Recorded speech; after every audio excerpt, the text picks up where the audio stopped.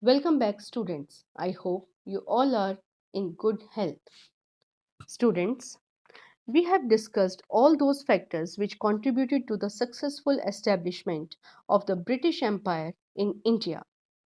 Within a span of a little more than 100 years, they had transformed themselves from the traders to the builders of one of the most powerful empires of the 19th century. Actually, India turned out to be a valuable colony of the British.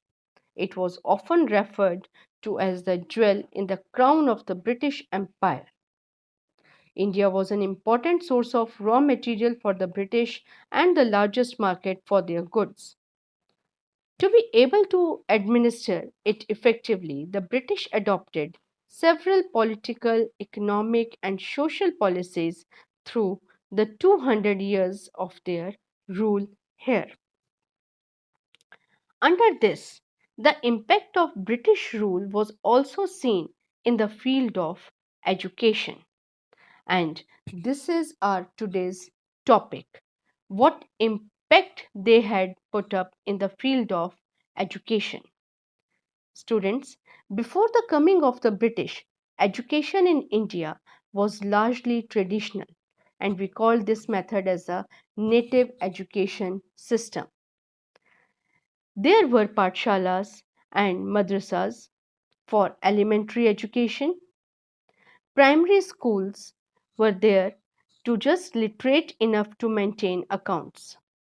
Only a handful of Indians pursued higher education, where they learned Sanskrit, Arabic, Persian, and other different languages. Their learning was based on ancient texts, and they thus remained unaware of the great progress made in science in Europe. Now, afterwards, when Britishers came to India, they brought their own education system. In the beginning, they came here just for making profit through trade. But afterwards, when Christian missionaries started coming to India, they brought education. So for this, they created an annual budget of 1 lakh rupees for education. And it was done through the Charter Act of 1813. So after that, the dispute arose. The dispute was between Orientalists and Anglicists. Orientalists were in the favor of the study of law, philosophy, and literature of the East or Eastern countries, right? And Anglicists, they were the scholars who favored Western education and imparted it through the medium of English.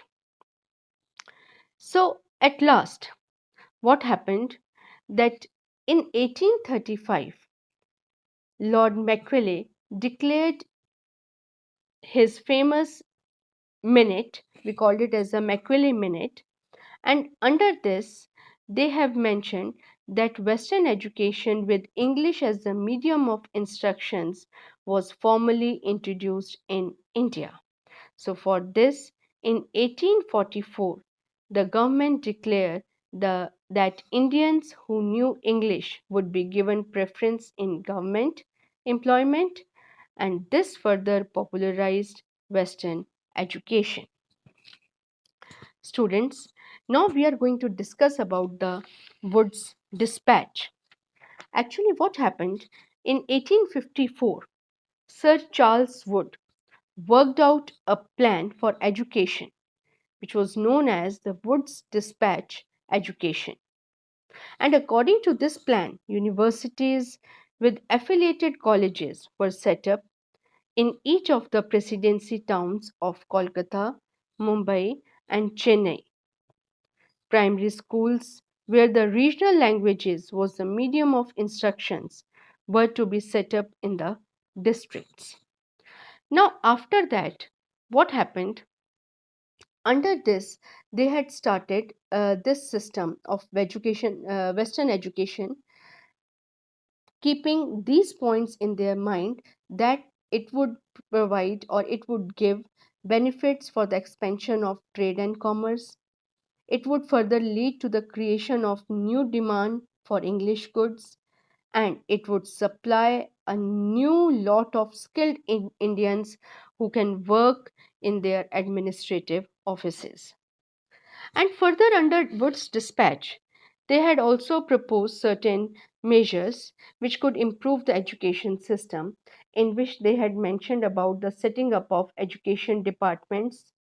They had also mentioned about the establishing grading system, giving help to the private schools and colleges, and all will be through the English medium. Students, we are going to discuss about the merits of Western education. According to this, discipline was brought in the pathshalas.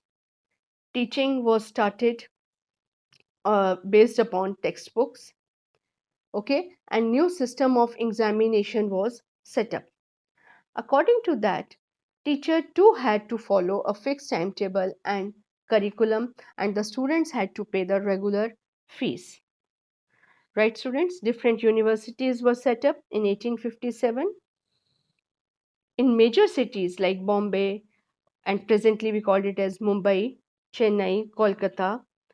In these different major cities, medical colleges were also set up.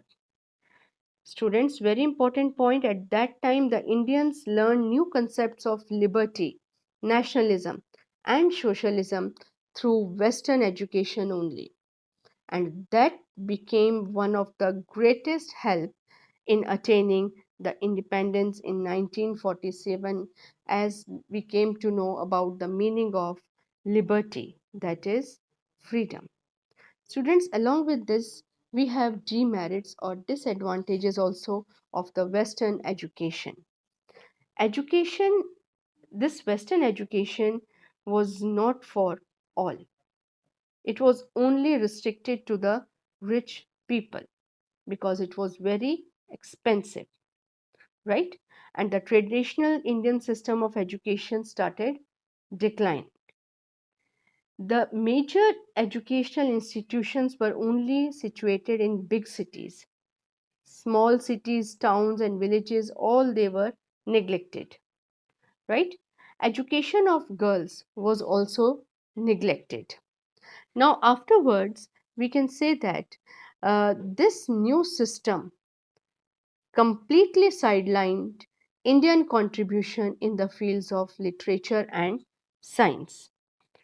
Children, afterwards Mahatma Gandhi introduced national education system also for Indians.